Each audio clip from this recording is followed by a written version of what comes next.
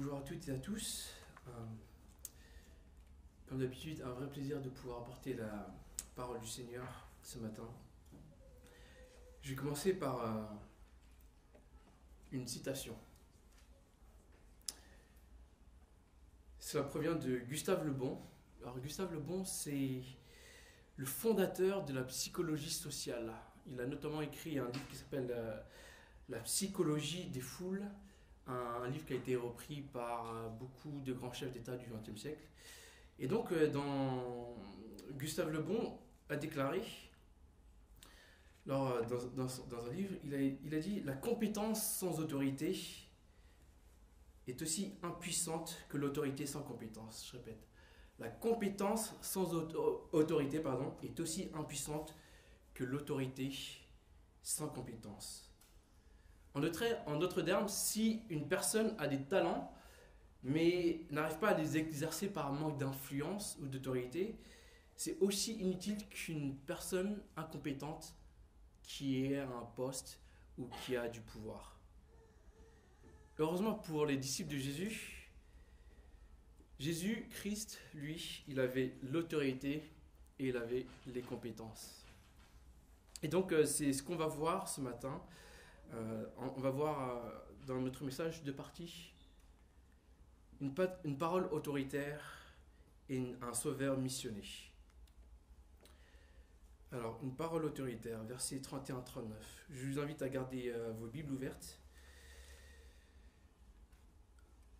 Alors, lorsqu'on vient de lire ce passage, où on peut voir que Jésus enseignait avec autorité. Mais d'où venait son autorité? Comment ça se fait que Jésus était autoritaire? Alors pour cela, je vous invite à tourner la page derrière et aller à Luc 3, deux petits versets, 3, versets 21 à 22. Alors le baptême de Jésus démontre des signes qui sont supernaturels et qui démontrent son autorité. Versets 21 à 22. Comme tout le peuple était baptisé, Jésus aussi fut baptisé. Pendant qu'il priait, le ciel s'ouvrit et le Saint-Esprit descendit sur lui sous une forme corporelle comme une colombe. Et une voix fit entendre du ciel ces paroles.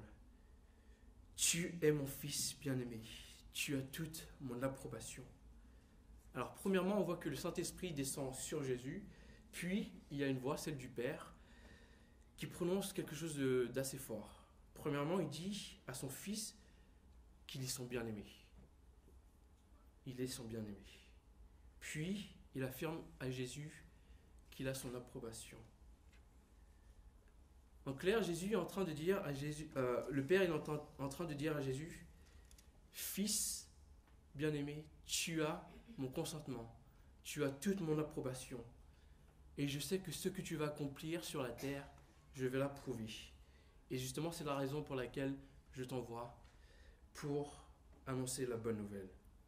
Et donc, l'autorité de Jésus était divine.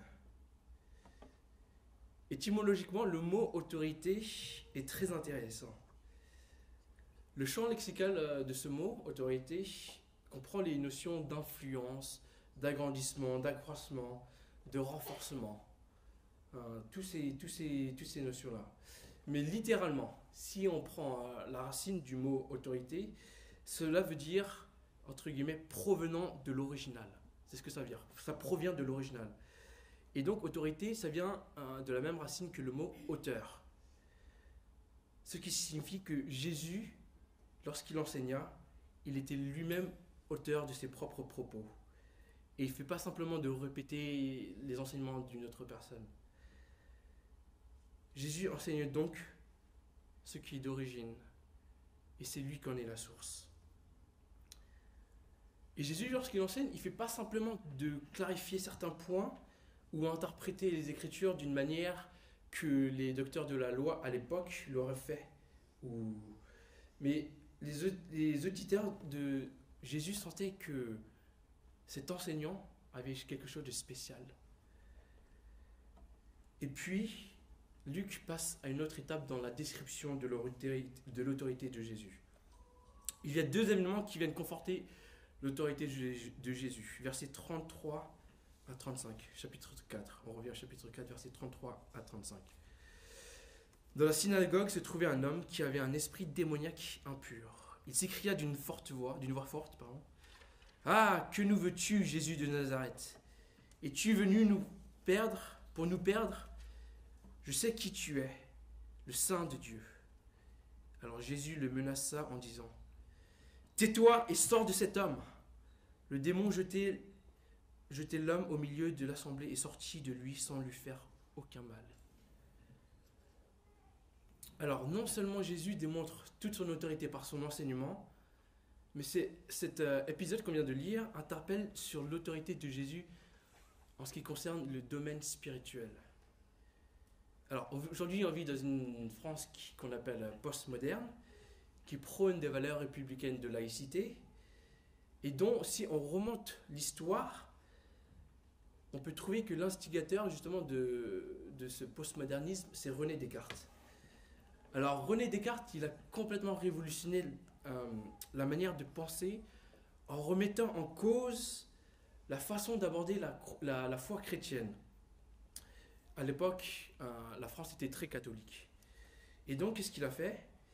Il a promu l'échange intellectuel où l'homme était au centre de la conversation. Et c'est ce qui a tout changé. Et de là, à partir de Descartes, on a eu le siècle des Lumières qui a mis justement la science sur le piédestal en opposition à la Bible, à Dieu et au supernaturel. Pourquoi? Pour dépasser l'obscurantisme religieux à l'époque.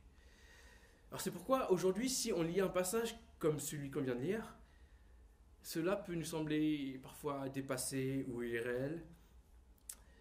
Et pourtant, je ne sais pas si vous connaissez William Friedkin. Oui, vous connaissez William Friedkin? Si vous ne savez pas qui c'est, alors il est le réalisateur d'un film culte en 1973 qui s'appelle L'Exorciste. C'est le réalisateur de L'Exorciste. Donc L'Exorciste, le film, est en fait l'adaptation d'un livre qui parle d'un garçon qui était possédé par un démon, bien sûr.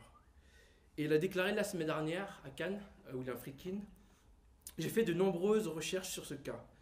C'était en 1949 et je suis convaincu qu'il est authentique. J'ai lu les notes prises non seulement par le prêtre chargé de cette affaire, mais aussi par les infirmières et les médecins. Et je suis convaincu qu'il n'y a pas d'autre explication que celle d'une possession démoniaque. Il continue dans son article, enfin dans sa déclaration. C'est la première fois que je le dis publiquement. J'ai été invité par l'exorciste du Vatican à filmer et à photographier un véritable exorcisme. Chose que peu de gens ont vue et que personne n'avait jamais fait auparavant. Je vous parle d'un exorcisme de l'Église catholique à Rome. Et ce qui est étonnant, c'est de voir à quel point cela ressemble à mon film. J'ai été stupéfié et je pense que je ne serai jamais plus le même après cette expérience. Et tout cela en précisant qu'il est non-croyant. Si vous êtes chrétien et que vous êtes sceptique par rapport à des histoires comme celle des démons, le fait que votre foi soit basée sur la mort et la résurrection de Jésus est suffisant pour la crédibilité de ce genre d'histoire, compte tenu du fait que la résurrection est le miracle ultime. Pourquoi? Parce que c'est la vie qui défait la mort. La question est de savoir que retenir de cet épisode. Que retenir? Alors, on voit cette interaction entre Jésus et cet esprit démoniaque. Ce qui est intéressant, c'est que le démon, on le nomme ainsi. Jésus de Nazareth. Jésus de Nazareth. Alors, les commentaires que j'ai lus disent qu'il s'agit là, en fait, d'un défi qui est lancé à Jésus par les démons en nommant directement son adversaire et afin de contraster justement Jésus qui est le Saint de Dieu avec ce démon qui est impur. Même les démons reconnaissaient la divinité de Jésus. Le seul problème, c'est que ces démons-là ne se sont pas soumis à Jésus. Et je pense que c'est pour beaucoup de croyants une tentation. Ouais, je pense que on a beau avoir confessé Jésus de notre bouche, dire qu'il est Dieu, et dans le même temps ne pas se soumettre à sa personne et à son autorité. Théologiquement ou intellectuellement, on a beau savoir qui Jésus est, c'est correct, on sait ce que dit la Bible, mais parfois on peut être aussi loin de lui, parce qu'on ne se soumet pas à son autorité. On le met au défi, on s'oppose à lui, on l'oppose, on se met en face de lui. Et dans notre histoire, Jésus prononce quelques mots. Il en prononce 5. Enfin, 7, si je lis bien. Il dit « Tais-toi et sors de cet homme ». Et ce que fait immédiatement le démon. Mais aucun mal n'est fait à l'homme qui était possédé. Alors, par sa parole, rien que par sa parole, Jésus accomplit un miracle. Pourquoi ? Parce qu'elle est simplement autoritaire. En vertu de sa personne et de son statut, ce qui sort de la bouche de Jésus fait office d'autorité. Dans bien des cas, il est possible que celles et ceux qui connaissent Jésus personnellement ne se soumettent pas à son autorité, soient repris et soient même reprimandés par celui-ci. Et c'est pourquoi Dieu nous a laissé sa Bible, sa parole, qui est puissante, qui est toujours pertinente, je pense, afin que nous sachions comment appliquer ces enseignements et mettre en pratique en tant que ses disciples. En tant que disciple de Jésus, qu'est-ce que ça veut dire se soumettre à Dieu ? C'est aimer les uns les autres, même nos ennemis. Se soumettre à Dieu, c'est ne pas se joindre à nos collègues dans les jeux de médisance. Se soumettre à Dieu, ça veut dire qu'il faut contribuer et œuvrer pour la justice sociale pour les plus démunis. Se soumettre à Dieu, ça veut dire ne pas tomber dans l'immoralité sexuelle, etc., etc. Si nous confessons ouvertement que Jésus est notre Sauveur et notre Seigneur, et que dans le même temps, on ne se soumet pas à son autorité, en ne faisant pas acte de nos paroles, alors j'ai envie de tout simplement dire que on est des hypocrites.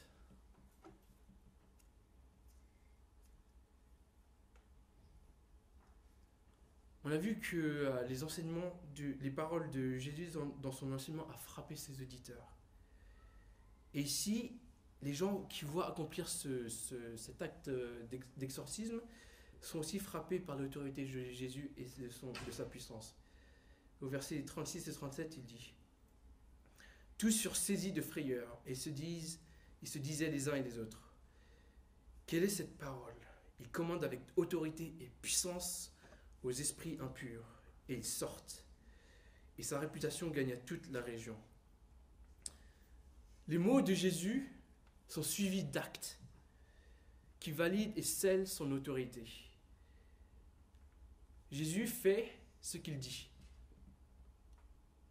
Et ça démontre justement toute son intégrité de sa personne en passant des paroles divines aux actes miraculeux. Alors, lorsque nous admettons que Jésus est Seigneur, soyons en adéquation avec nos croyances et nos convictions.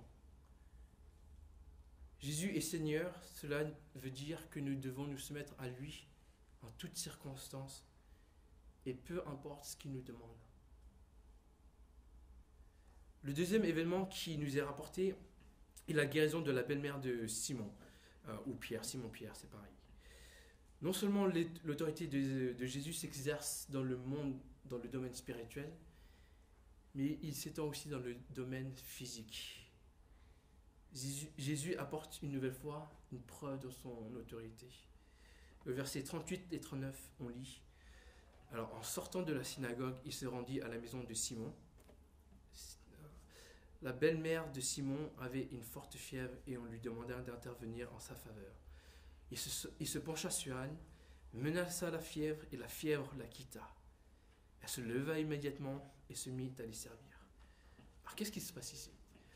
On a la belle-mère de Simon, Pierre, qui a une forte fièvre. Et donc Jésus est réquisitionné pour la guérir. Qu'est-ce qu'il fait? Il se pencha sur elle, menaça la fièvre, et la fièvre la quitta. Une fois de plus, ce sont par de simples mots que Jésus démontre son autorité face à la maladie. Imaginez que votre enfant tombe malade et qu'il vous suffit de simplement prononcer quelques paroles pour que la maladie s'en aille. Ne serait-ce pas génial? Surtout pour les enfants d'Édouard qui se cassent toujours un truc. Et pourtant, c'est ce que Jésus fait. Parce que c'est sa parole qui est autoritaire. Jésus est l'auteur même de la vie. Il peut exercer son autorité sur la maladie comme sur les démons. Et surtout sur la mort. Et sa résurrection en est l'exemple la plus incroyable. Alors ensuite, on va passer au second point, un sauveur missionné ou envoyé. Alors les deux miracles que l'on vient de lire, Jésus les accomplit sur deux individus. C'est ensuite suivi de guérisons sur une foule de personnes avec des maladies diverses et sur des possédés, qui culmine une fois de plus sur un épisode assez étrange, versets 40 et 41. Au coucher du soleil, tous ceux qui avaient des maladies atteints de diverses maladies, les lui amenèrent. Il guérit chacun d'eux en posant les mains sur lui, en parlant de Jésus. Des démons aussi sortirent de beaucoup de personnes en criant et en disant « Tu es le Messie, tu es le Fils de Dieu !» Mais il, Jésus, les reprenait sévèrement et ne leur permettait pas de parler parce qu'il savait qu'il était le Messie. Alors les démons, une fois de plus, nomment ici Jésus par ses titres de Messie et de Fils de Dieu. Alors, contrairement au précédent épisode, ils ne le font pas pour le défier, mais bien pour reconnaître la supériorité de Jésus, sachant qu'ils étaient déjà exorcisés. Et une fois de plus, les démons savaient qui était Jésus. Ils reconnaissaient sa personne et sa divinité. Mais en lisant ces versets-là, on est amené à se demander, mais pourquoi Jésus les réprimande? Pourquoi il leur dit de la fermer, tout simplement? Et l'hypothèse la plus probable que j'ai pu lire, c'est pas que Jésus ne voulait pas que le monde sachait qu'il était le Messie, mais il ne voulait pas que cette nouvelle, que Jésus était le Messie, soit répandue par des démons.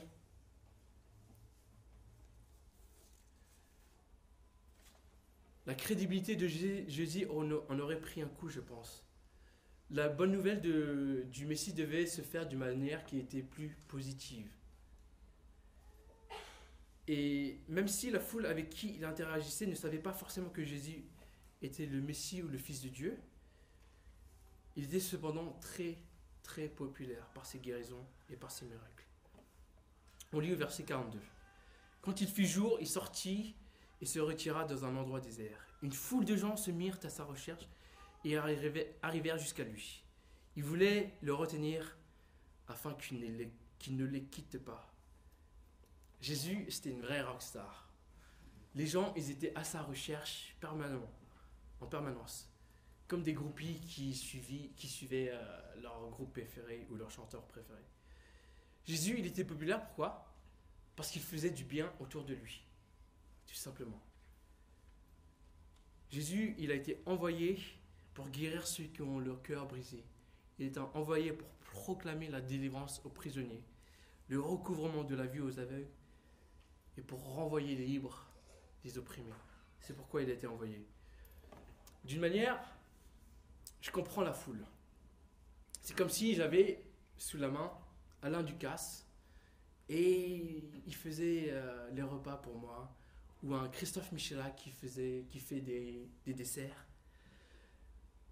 Je ne sais pas si vous connaissez, mais Alain Ducasse est l'un des plus grands chefs français et Christophe Michelak c'est l'un des plus grands pâtissiers français. Et je ne les lâcherai pas parce que je sais qu'il ferait du bien à mon palais et à mon estomac. Mais au verset 43 et 44, Jésus leur dit, « Il faut aussi que j'annonce aux autres villes la bonne nouvelle du royaume de Dieu, car c'est pour cela que j'ai été envoyé. » Et il prêchait dans les synagogues de la Galilée. Alors, à l'inverse de la première partie, on avait Jésus qui enseignait sa parole, puis il performait des miracles. Ici, il accomplit des miracles, puis il dit qu'il doit aller prêcher la bonne nouvelle. Cela démontre que l'un ne va pas sans l'autre. Les mots sont toujours suivis d'actes et vice-versa.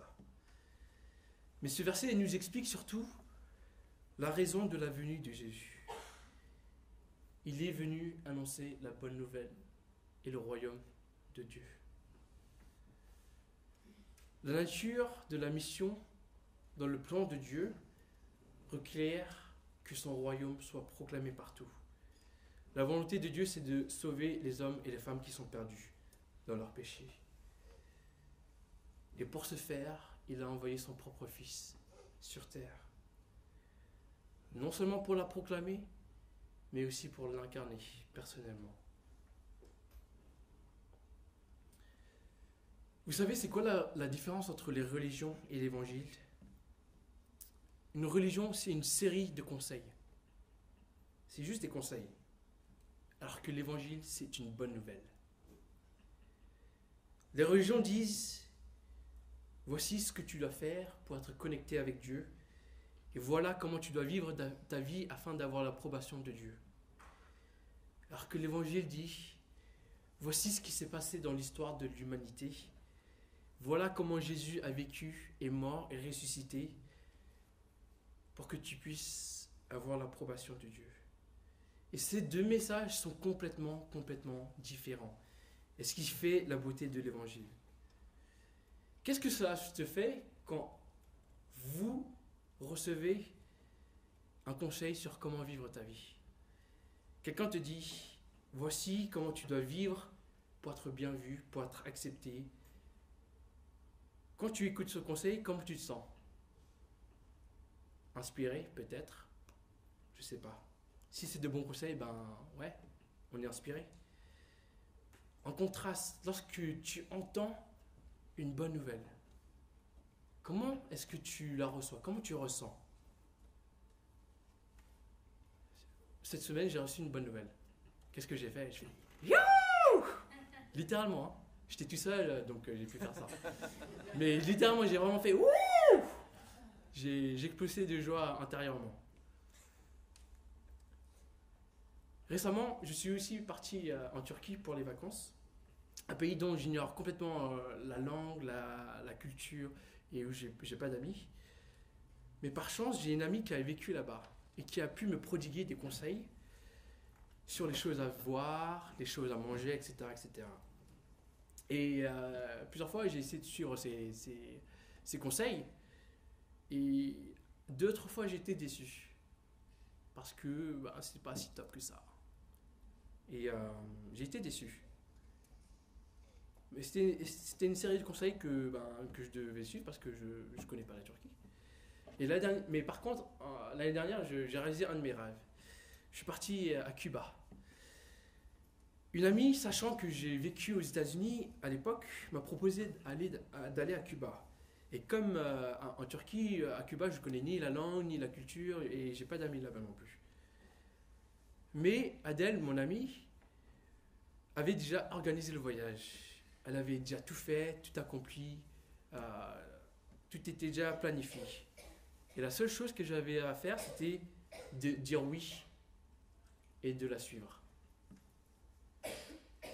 Et l'évangile, c'est que Dieu connecte avec toi, non pas sur la base de ce que tu as fait ou pas fait, mais sur la base de ce que Jésus a accompli dans l'histoire de l'humanité, c'est-à-dire mourir sur la croix et de ressusciter pour nous sauver. Et ça fait toute la différence entre cette bonne nouvelle et les conseils que prônent les autres religions. Comme ça fait toute la différence entre suivre un conseil d'une amie pour aller en Turquie et de simplement suivre une amie qui avait déjà tout planifié pour aller à Cuba. Parmi vous se trouvent peut-être des personnes qui n'ont pas encore accepté cette bonne nouvelle. Et je prie pour qu'un jour vous puissiez accepter cette bonne nouvelle, dont la seule chose est d'accepter Jésus. C'est la seule condition. Pour beaucoup d'entre nous, nous avons reçu cette bonne nouvelle et notre rôle, c'est de la proclamer à nos collègues, à nos voisins, à notre famille. Et évidemment, si on n'accompagne pas cette annonce de bonne nouvelle avec des actes, cela nous décrédibilise. Alors, une fois de plus, soyons en adéquation avec nos convictions. Et peut-être que vous faites partie de ces personnes qui ont entendu cette bonne nouvelle maintes et maintes fois. Et peut-être que vous avez perdu le fil de ce message en ne vous soumettant pas à l'autorité de Jésus. Ça fait quoi? Ça fait environ 11 mois que je suis à terme. C'est mon premier travail à temps plein dans le ministère. Et j'ai le nez qui est constamment plongé dans la Bible. Mon but dans chaque message que je proclame, que j'annonce, c'est de proclamer l'évangile. Le fait que Jésus soit mort et ressuscité, je l'ai entendu des milliers et des milliers de fois. Pour moi, c'est une remise en question permanente que d'écrire un message. Mais à chaque fois que je conclus un message dans l'écriture, je suis toujours le premier bénéficiaire de ce que j'ai écrit, de la parole de Dieu. Pourquoi? Parce que à chaque fois que je prends la parole de Dieu, Dieu me rappelle ce qu'il accomplit pour moi. Et ça me touche. Je suis émerveillé, je suis ébahi par sa grâce, par son amour. Il a fait ça dans le passé, il le fait ça aujourd'hui, et je sais qu'il portera ce message dans ma vie, dans l'avenir, parce qu'il me l'a promis. Les actions de Jésus ont été accompagnées de paroles autoritaires, parce qu'il est l'auteur lui-même de la vie. Tout part de lui, il est l'origine de tout. Il est venu lui-même transmettre son message pour assurer que chacun d'entre nous recevions et acceptions sa personne. Et le moyen de montrer notre reconnaissance par rapport à ce message est de lui obéir. Je vous invite à prier avec moi. Père, nous voulons te remercier pour ton Fils bien-aimé, Jésus. En le reconnaissant tel et en lui donnant ton approbation, son autorité a été légitimisée. Nous ne voulons pas simplement reconnaître que Jésus est divin, mais il est également le Seigneur. Il a démontré son autorité par ses enseignements et ses actions.